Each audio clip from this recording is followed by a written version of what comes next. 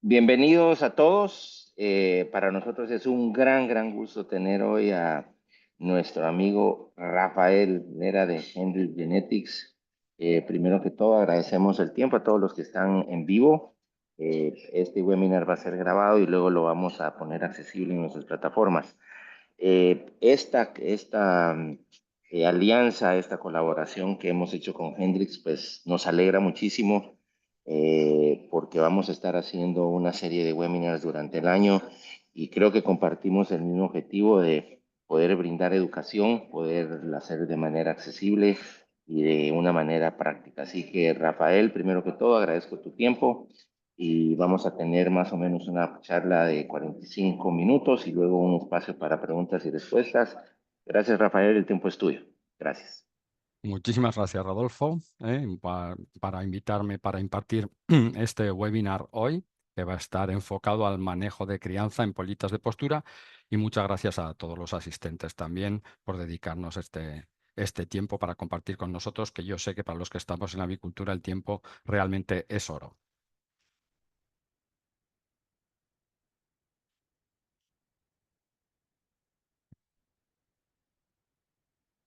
Bueno, por Dios.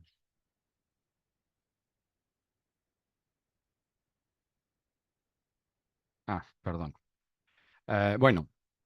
Aunque la charla va a estar enfocada en la fase de crianza, he querido empezar con esta imagen porque yo creo que todos somos conscientes de la importancia que tiene el periodo de crianza en los resultados posteriores que vamos a tener en producción con nuestras gallinas ponedoras. Pero eh, como consecuencia de los grandes esfuerzos que está efectuando la genética en los últimos tiempos, vemos que cada vez se van extendiendo más los ciclos productivos.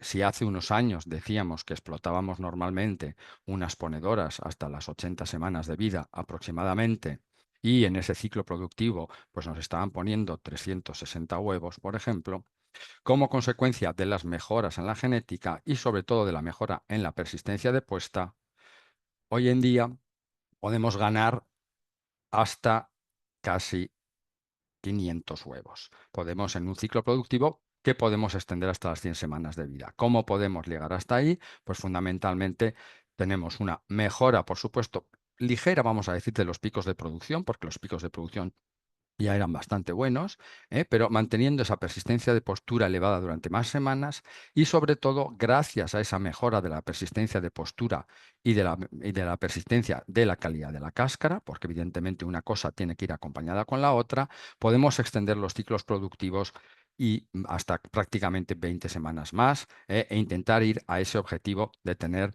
lotes, manadas de gallinas que nos están poniendo 500 huevos en 100 semanas de vida. Y la productividad de un lote va a depender fundamentalmente del éxito que tengamos en alcanzar los objetivos de la crianza. Y realmente nunca hay que contemplar la crianza o la recría o el levante. Yo sé que en el español que hablamos en diferentes países utilizamos términos diferentes, pero realmente es una fase de inversión en la futura ponedora. No hay que considerarlo un gasto, realmente es una fase de inversión. Y recordar con la imagen que he presentado antes, aunque hoy en día podemos extender los ciclos productivos hasta 20 semanas más. Le estamos pidiendo a una gallina que nos produzca mucho más. Sin embargo, nos siguen quedando solo esas 17 semanas para criar bien esa futura ponedora. Entonces, si nuestro objetivo es conseguir un lote de politas de calidad, primero tendríamos que definir cuáles son, ¿verdad? Los criterios para que podamos definir un lote como un buen lote criado. Yo creo que lo primero que nos viene a todo el mundo a la mente es el peso corporal, ¿verdad? Es el primer criterio. Queremos tener unas aves que tengan el peso corporal adecuado, pero no solo al final de la recría, sino que siga la curva, el perfil de peso corporal en recría semana a semana. ¿eh? Y durante esa fase de recría hay dos puntos que son claves. Uno es el peso a las 5 semanas y el peso al traslado.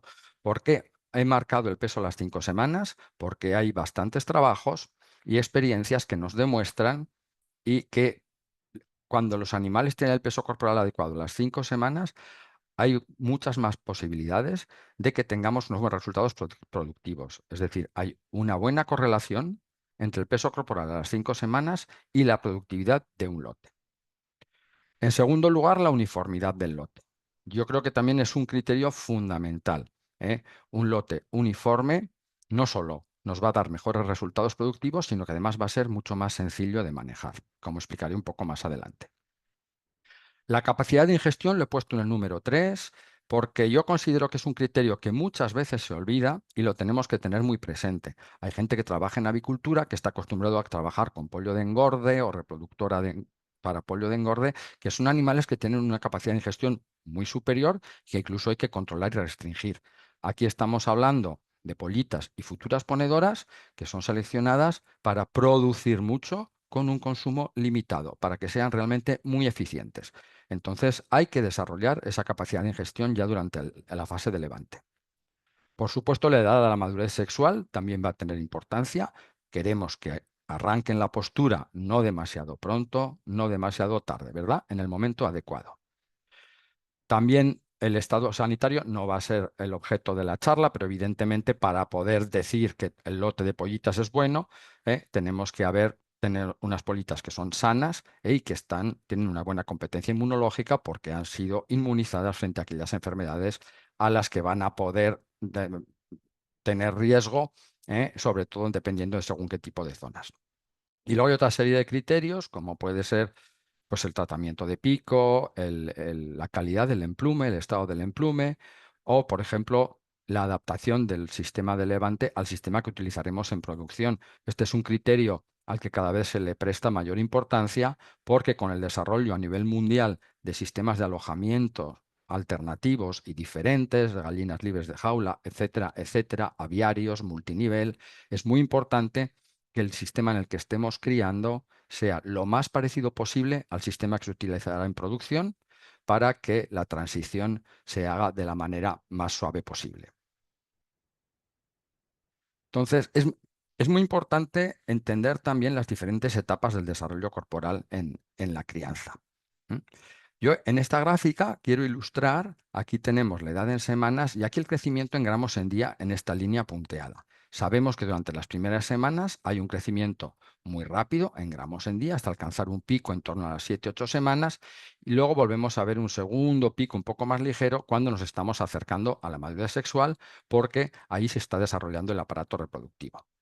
Bueno, esto es a nivel del peso total del ave, pero si vemos cómo se distribuye ese crecimiento en las distintas estructuras internas o órganos, vemos que durante las primeras semanas lo que fundamentalmente se está desarrollando son los órganos internos y también sistema inmune. En esas semanas también empieza un desarrollo muy rápido del esqueleto y musculatura, de manera que durante esas primeras semanas de vida estamos construyendo la estructura corporal de la futura ponedora. Por supuesto, luego continúa el crecimiento muscular y esquelético, ¿verdad? Pero prácticamente podemos decir que a las 11 semanas está prácticamente concluido. Y luego ya veremos otra vez ese pico de crecimiento que se corresponde al desarrollo del hueso medular y el aparato reproductivo. Pero lo que quiero que retengan fundamentalmente de esta imagen es que la secuencia en la que se desarrollan las diferentes estructuras corporales está ya delimitada. Es decir, yo no puedo desarrollar esqueleto demasiado tarde. Si no he tenido un buen crecimiento en esta época, en este periodo, va a ser difícil. Lo mismo para órganos internos, músculos, etcétera. Entonces vamos a focalizarnos primero. Yo he dividido la fase de crianza como en dos periodos. Uno de la semana 1 a la semana 5 y otro de la semana 6 hasta el final del levante. Este primer periodo de semana 5 es lo que denominamos el periodo de arranque de las pollitas y lo fundamental es tener un buen crecimiento lo antes posible, un buen crecimiento temprano. Por lo que ya he dicho antes, hay una correlación positiva entre el peso corporal a las 5 semanas y los resultados productivos. Entonces, ¿cuáles son las estrategias que podemos utilizar para conseguir un buen peso corporal a las 5 semanas? Pues bueno, son muchos los factores que van a jugar para poder conseguir ese peso corporal a las 5 semanas. Aquí están listados, es el programa de iluminación, la calidad del alimento que vamos a utilizar durante esas semanas, por supuesto, la densidad de alojamiento, las condiciones ambientales, tengo que tener la temperatura correcta, la humedad relativa correcta, la calidad del agua, la temperatura de esa agua, el equipamiento del que dispongo para las aves, la calidad del tratamiento del pico, en el caso de que se haga un tratamiento del pico, por supuesto una buena ventilación y fundamental que vayamos controlando todos estos parámetros. Cualquier retraso en el crecimiento en esta fase, de día de vida a las 5 semanas, va a ser muy difícil de recuperar. Y si recuperamos el peso, no recuperaremos, lógicamente, la misma estructura corporal.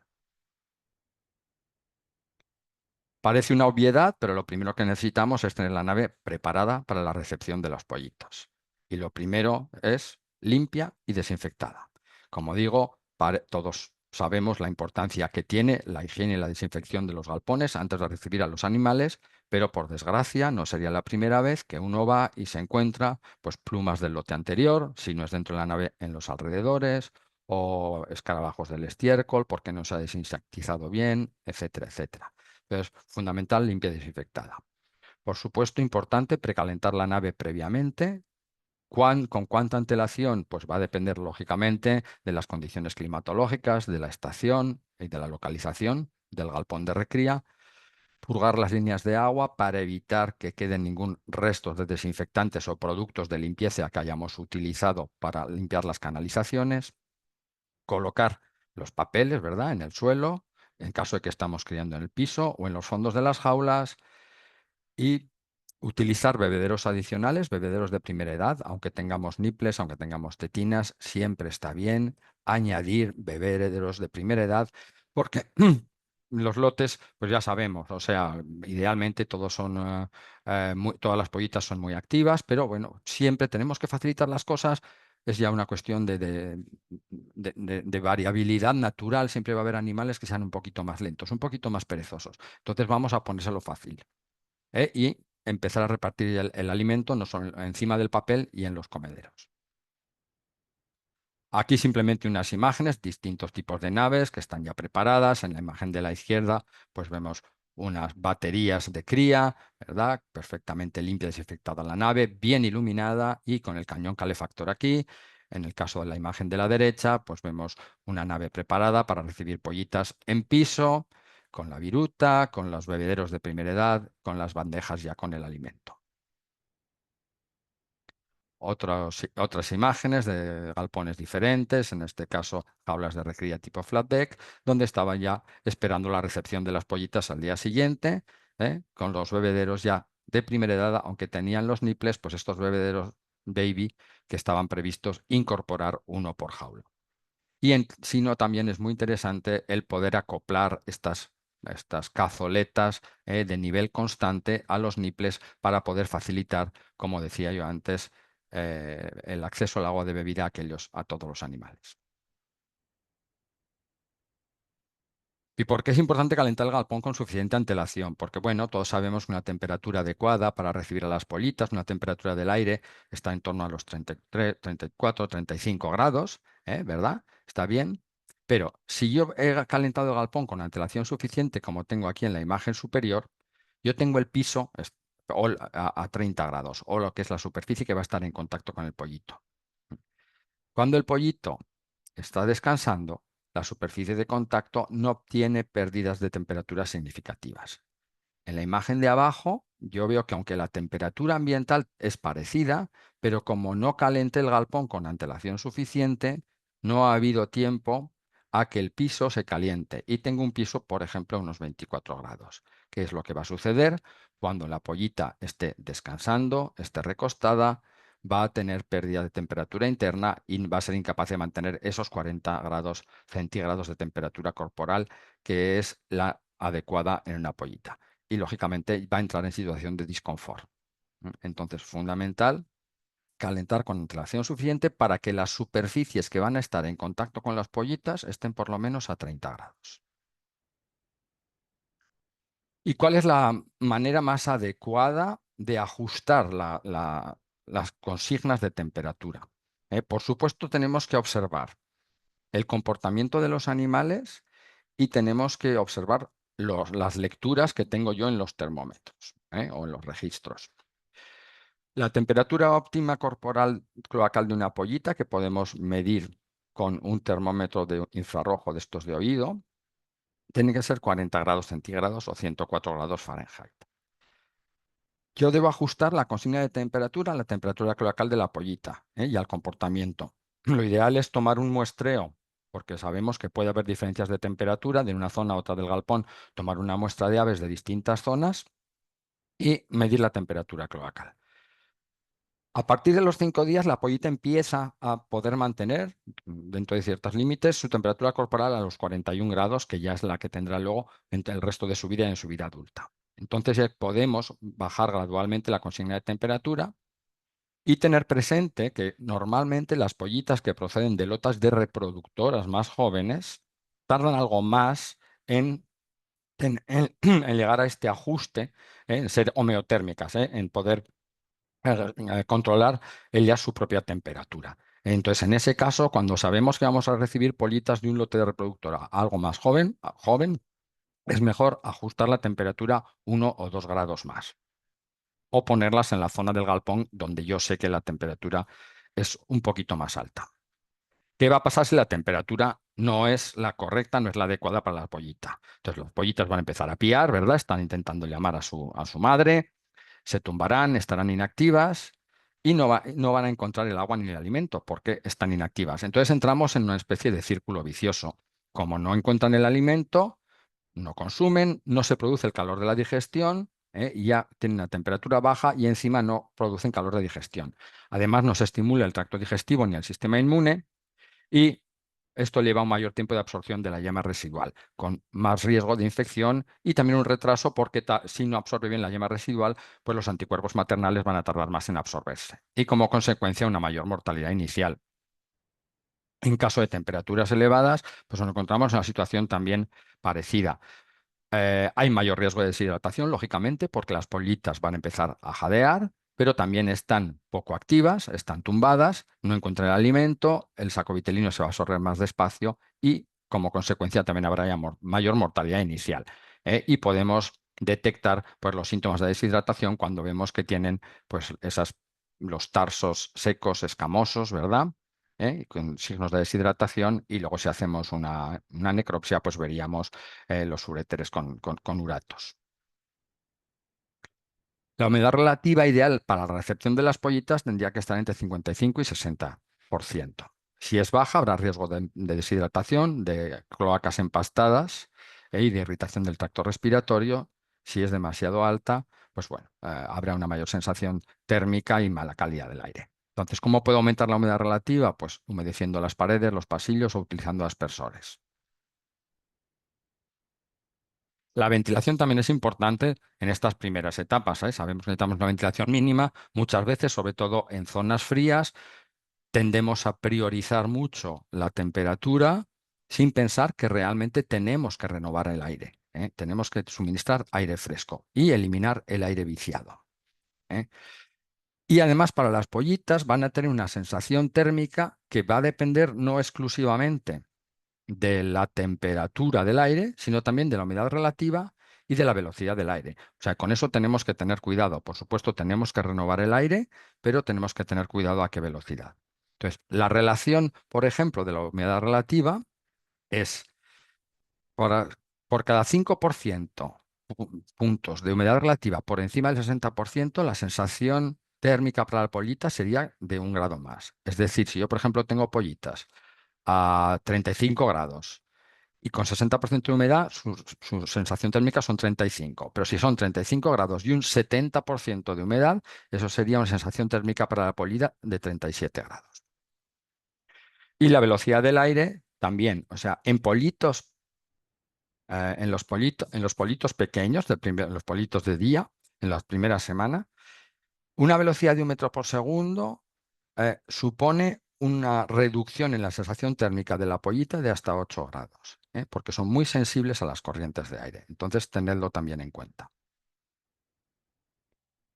Por supuesto, el agua, sabemos que es el nutriente más importante. Siempre que recibimos las pollitas estamos enfocándonos a, bueno, vamos, que coman y que beban, por supuesto. Entonces, ¿cómo les podemos ayudar? Pues descargándolas cerca de los bebederos. Los niples tienen que estar a la altura adecuada por lo menos durante los 2 o 3 primeros días al nivel del ojo. Y luego ya, a partir del tercer día, ya podemos subirlos ligeramente para que la pollita pueda beber con ese ángulo de 45 o 60 grados que va a resultarle más cómodo para beber.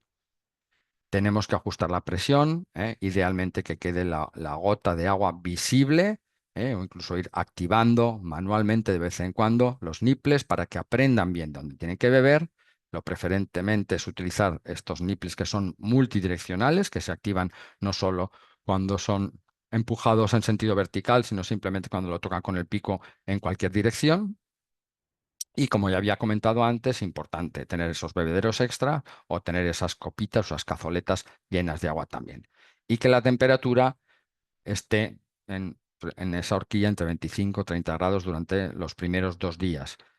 Porque si la temperatura del agua es demasiado caliente, por encima de 30 grados, no va a resultar agradable para las pollitas y no van a beber menos de lo que deberían. Y si está demasiado frío, como también pueden reducir su temperatura interna de manera muy rápida. Entonces, es importante que estén dentro de esa horquilla y purgar diariamente para que, sobre todo, no esté demasiado caliente el agua dentro de las conducciones. Aquí tengo unas imágenes con unos ejemplos, ¿verdad? En el lado de la izquierda vemos que realmente la altura del nipple es correcta. Y sin embargo, vemos como en la imagen de la derecha la altura del nipple es demasiado baja, entonces la polita tiene que hacer una especie de contorsiones para beber y no está bebiendo lógicamente con comodidad. En esta fase de hasta las 5 semanas hemos dicho también que es fundamental el tipo de alimento que estemos utilizando. Durante toda la crianza vamos a ir utilizando distintos tipos de alimento, para el arranque, para el crecimiento, para el desarrollo y un prepostura al final, pero ahora estamos hablando de estas primeras 5 semanas de vida. Ya hemos dicho que los objetivos para ese alimento es conseguir el peso corporal correcto a las 5 semanas y un desarrollo de los órganos internos. Tiene que ser un alimento rico, un alimento concentrado. Un alimento bien concentrado porque en estas edades la polita no tiene capacidad de ajustar su consumo a la composición del alimento, ¿verdad? Ya sabemos que más adelante, si le damos un alimento más diluido, van a comer menos, van a comer más, perdón, o más, y si es más diluido, van a comer más, y si es más concentrado, van a comer menos. Pero en la fase de arranque, realmente tiene que ser un alimento concentrado, que esté disponible inmediatamente tras el alojamiento, que tenga una buena estructura. Lo ideal es si se puede utilizar migaja o quebrantado de un tamaño entre 1,5 y 2 milímetros o micropellets, también es una muy buena alternativa. Y es importante irle dando frecuentemente las bandejas con alimento fresco, no dejarlas llenas y que se espabilen los animales. No, a los politos les gusta el alimento fresco, entonces es mejor echar pocas cantidades, pero ir dándolas con frecuencia. ¿m? Alimentar en papel durante los primeros días y, por supuesto, tener una buena distribución de los comederos. Aquí tenemos un ejemplo, ¿verdad? De unas pollitas. Mm, mm.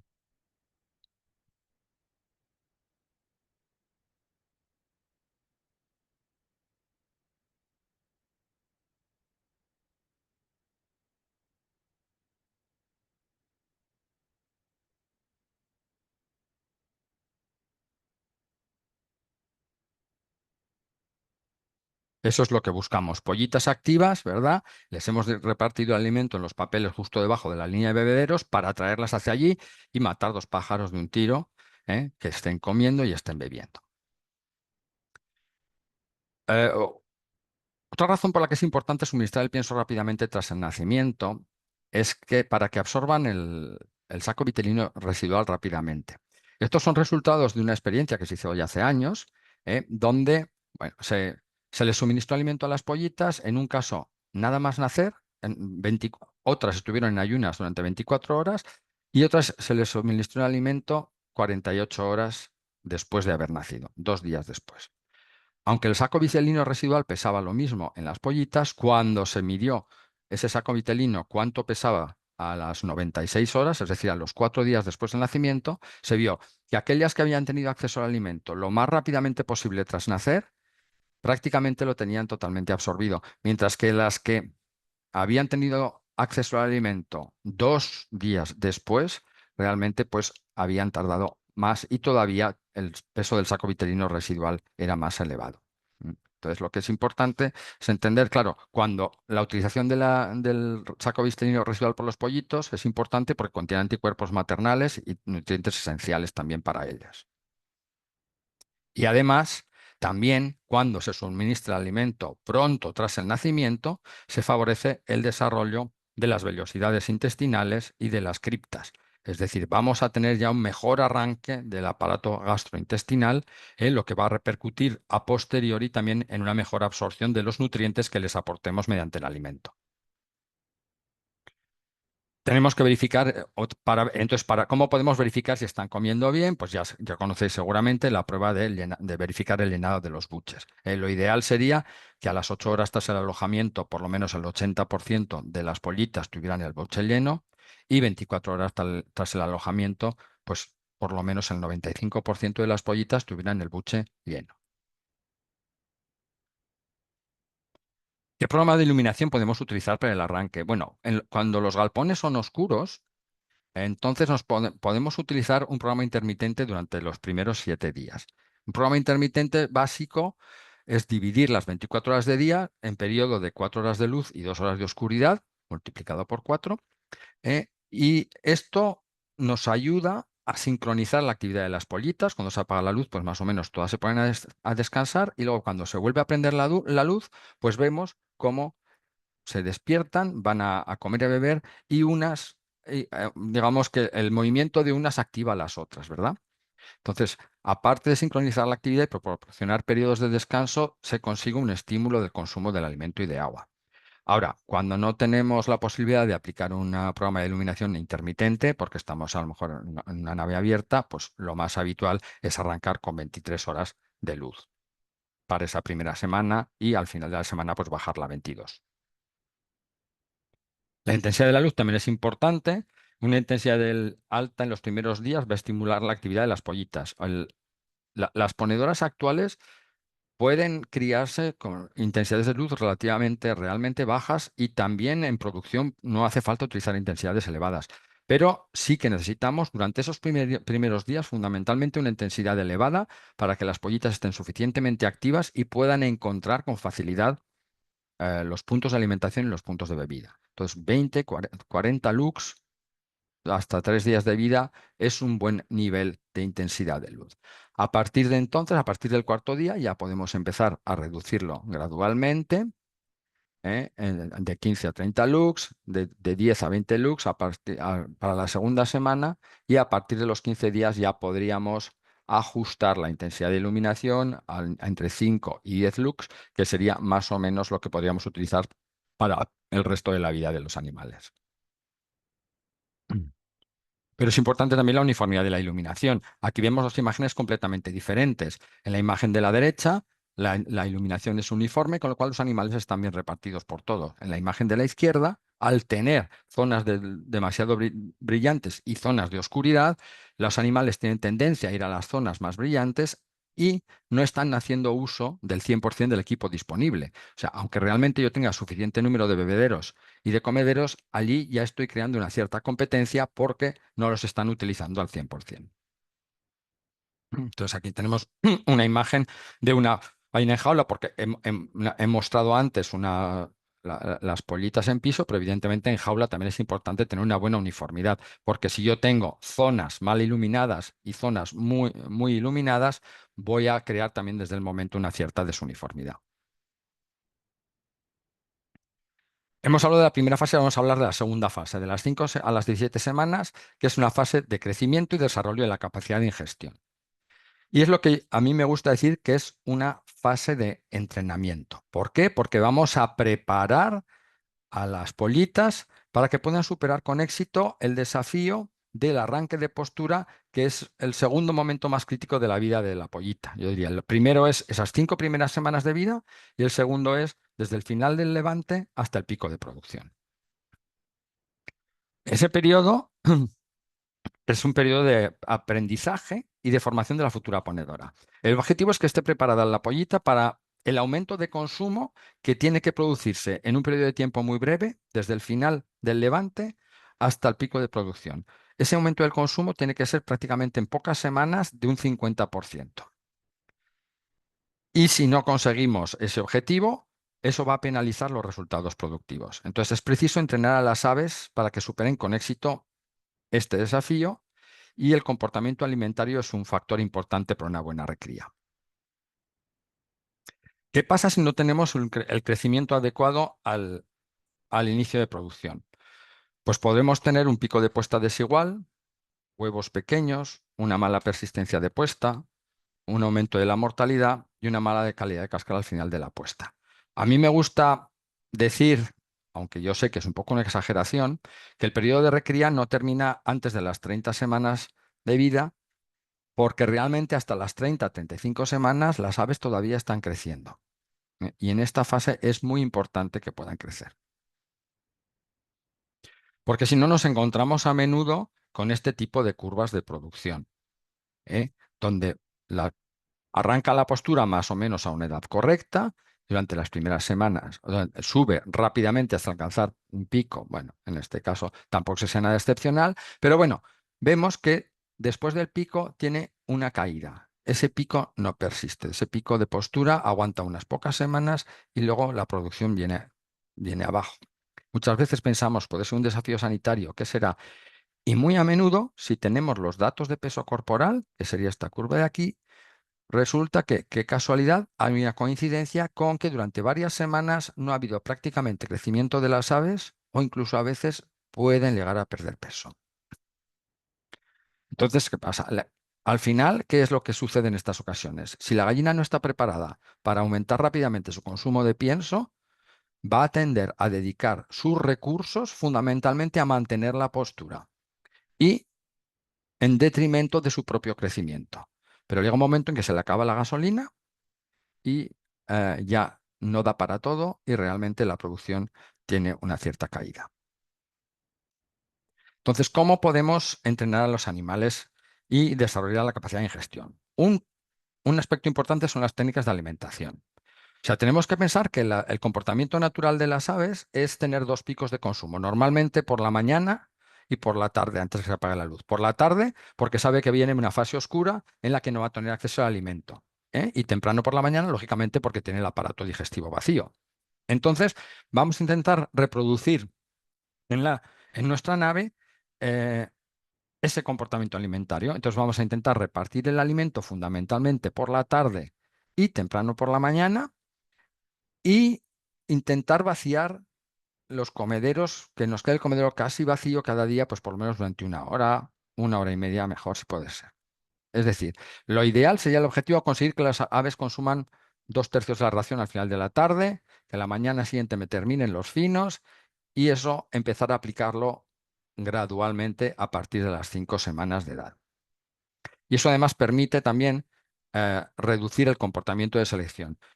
Si tenemos alimento permanentemente en los comederos, las aves se vuelven caprichosas. Van a seleccionar siempre las partículas más gruesas y van a acabar acumulándose siempre los finos.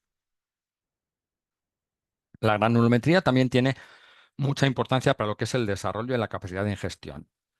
¿Qué es lo que se recomienda? Se recomienda un alimento en harina de molienda gruesa, que es lo que favorece más el funcionamiento del tracto digestivo. Si tenemos un alimento demasiado fino, es difícil que consigamos el objetivo de consumo, porque la gallina es naturalmente, las aves son naturalmente granívoras. Luego no van a desarrollar la molleja adecuadamente, que sabemos también que es un órgano clave para el buen funcionamiento del aparato gastrointestinal.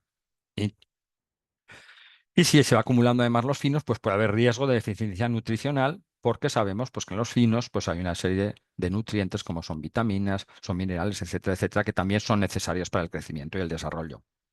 Si tenemos un alimento demasiado grueso, se producen los fenómenos que llamamos de alimentación selectiva, porque los animales van a preferir las partículas gruesas. Entonces, la recomendación es que el tamaño de partícula tengamos para el tipo de alimento que podemos utilizar después de las 5 semanas de vida, porque para las primeras semanas ya hemos dicho que idealmente o un micropellet o una migaja, pues a partir de la sexta semana de vida, pues un alimento que tenga un 80% de las partículas que estén en ese rango de entre 0,5 y 3,2 milímetros de diámetro, con un máximo de un 10% de finos y un máximo de un 10% de partículas demasiado gruesas. Y aquí vemos en esta imagen cómo la diferencia en la presentación física del alimento, puede repercutir en un muy diferente desarrollo de la molleja. Y podemos utilizar estas cribas, ¿verdad? Para determinar de una manera relativamente rápida en nuestra granja la granulometría. Y aquí vemos dos ejemplos muy diferentes. En el de abajo vemos que había más de un 40% de finos. Luego, lógicamente, este es un alimento que no va a resultar atractivo para el consumo de los animales, mientras que aquí vemos que sí que la mayoría de las partículas están dentro de esa horquilla de 0,5 a 3,2 milímetros.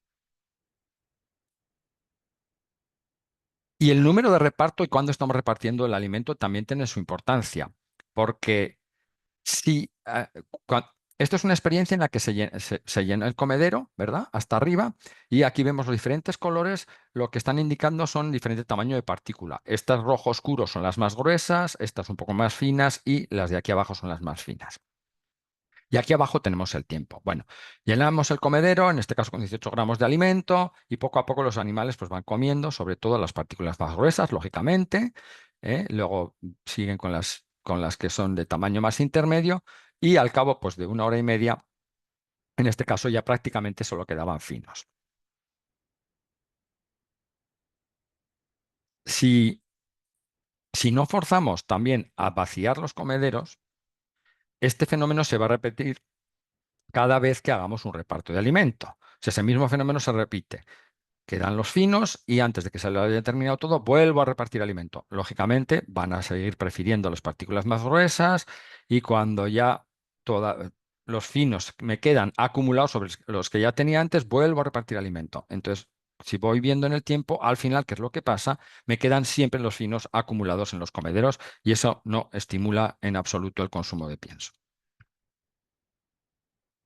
Y luego también, por supuesto, no voy a entrar en los detalles, no es el objeto de esta charla, de las características del alimento de desarrollo, pero lógicamente tenemos que utilizar un alimento relativamente diluido en esta fase de 10 a 16 semanas de vida y con un cierto porcentaje de fibra, para poder estimular el consumo de alimento. Otro aspecto importante también es, bueno, ¿cuándo tenemos que cambiar el pienso? Todas estas recomendaciones yo os he mostrado antes, una gráfica que se llama un alimento de arranque para las 5 primeras semanas, luego un desarrollo de 5 a 10, un crecimiento de 10 a 16 y luego la prepostura. Bien, generalmente siempre las recomendaciones se dan basadas en la edad de las pollitas, pero la realidad es que la edad es solo una referencia. O sea, tendríamos que basar los cambios de fase en función del peso corporal. Si no hemos conseguido el peso corporal objetivo, es mejor que retrasemos 1 o 2 semanas el momento del pasar a la siguiente fase. ¿Por qué digo 1 o 2 semanas? No digo eternamente.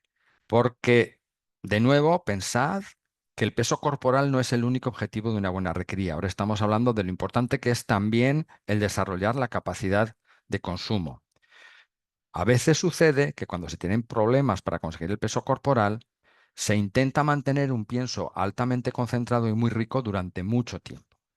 Entonces, sí que al final, evidentemente, utilizando un alimento altamente concentrado y muy energético, va a ser más fácil alcanzar el peso corporal, pero como yo digo, eso es pan para hoy, hambre para mañana, porque esas aves que se han acostumbrado a consumos relativamente pequeños porque han tenido un alimento muy concentrado, luego les va a resultar muy difícil en postura incrementar rápidamente el consumo, tal y como yo he mostrado antes que realmente es importante.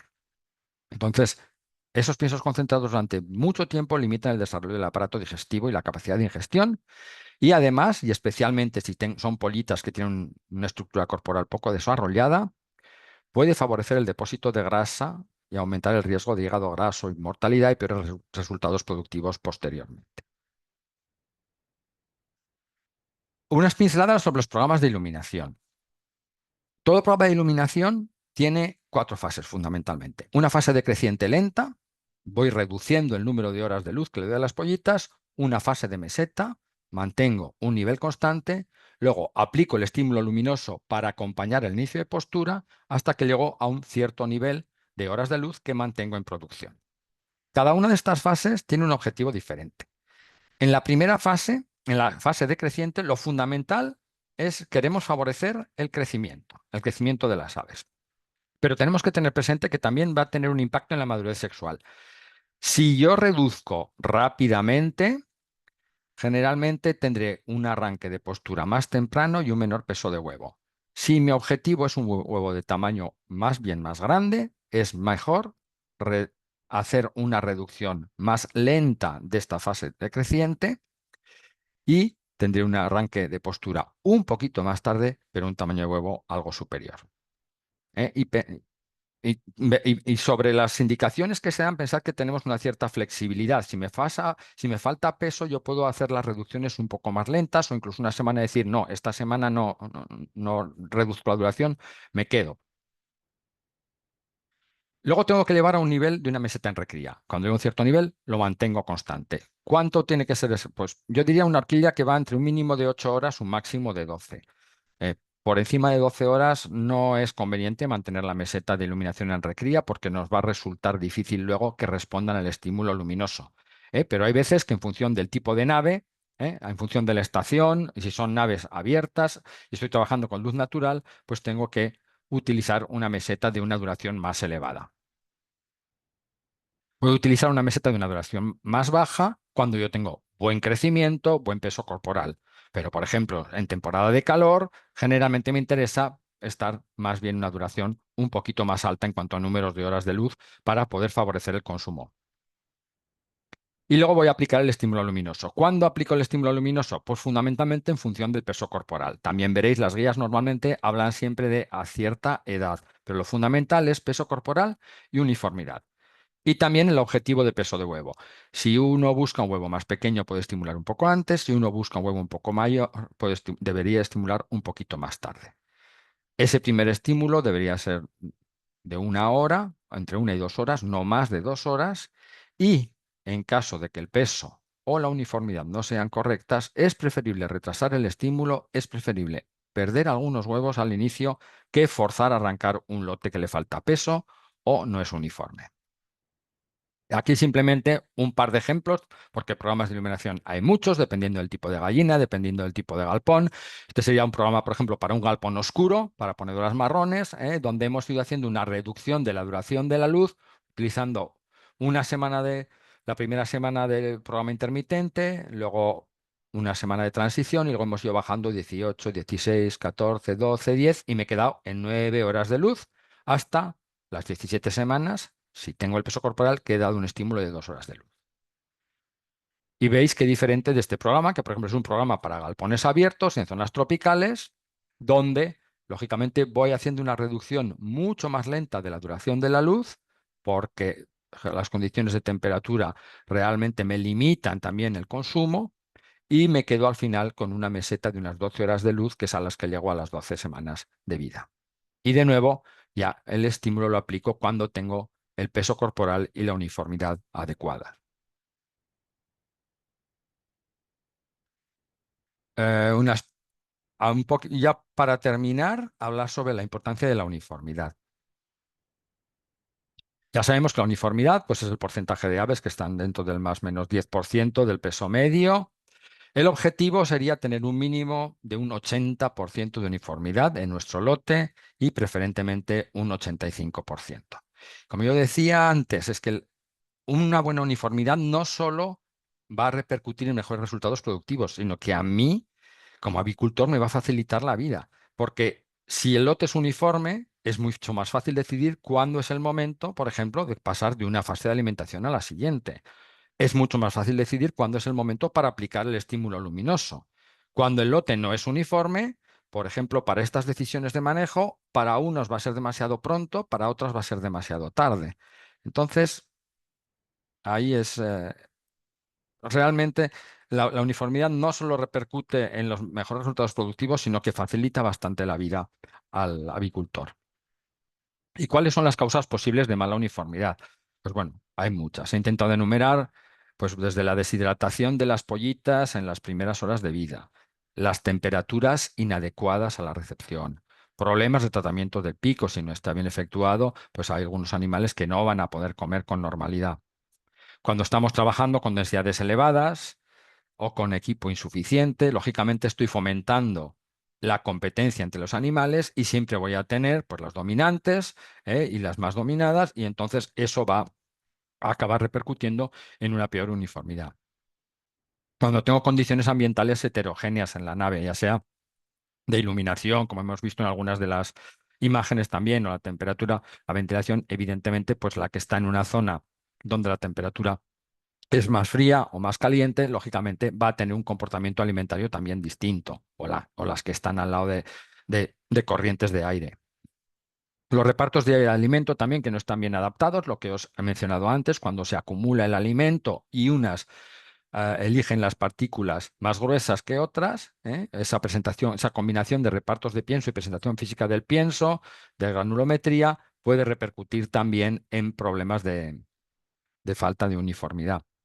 Por supuesto, las enfermedades y también el estrés vacunal, ¿verdad? Sabemos, tenemos que vacunar a nuestros animales porque tenemos que protegerlos durante la fase de levante para todos los desafíos que puedan aparecer luego durante su vida, pero realmente hay que revisar muchas veces los programas porque hay algunos que con exceso de manipulaciones, algunos sobrecargados y por supuesto las reacciones vacunales, todo eso va a repercutir también en que pueda haber algún efecto negativo sobre la uniformidad. Y tener presente que los problemas de uniformidad se pueden prevenir, pero no son fáciles de resolver. Realmente una reacción rápida es clave. Y ya para concluir, o sea, pienso que esto es un resumen de los mensajes fundamentales que he querido transmitir. Primero es que la recría es una fase de inversión en la futura ponedora, que un buen arranque y ese crecimiento temprano y conseguir el objetivo de peso corporal a las 5 semanas es esencial, que la recría es también un periodo de entrenamiento para ese momento tan crítico del inicio de postura, que los errores en crianza no pueden corregirse más tarde. Vamos a intentar, por supuesto, manejaremos a ver qué podemos hacer, pero no podemos volver atrás, no podemos corregir los errores que hemos tenido en crianza. Por supuesto que las aves bien criadas no solo nos van a dar mejores resultados productivos, sino que soportarán mejor todo tipo de desafíos y que las aves siguen creciendo hasta las 30 semanas, tenedlo presente. Y simplemente también indicaros si queréis algo más de información sobre, por ejemplo, las guías de manejo, las densidades recomendadas, etcétera, etcétera. Aquí tenéis un código QR que podéis escanear y os dará acceso a la página donde tenemos información técnica en Hendrix Genetics y nuestras guías de manejo. Y muchísimas gracias por vuestra atención. Y si tenéis alguna pregunta, puedo intentar responderla o si no me las podéis hacer llegar a esta dirección de correo electrónico. Muchas gracias. Gracias, Rafael. Ahí en el box creo que tienes un preguntas y respuestas. No sé si las ves.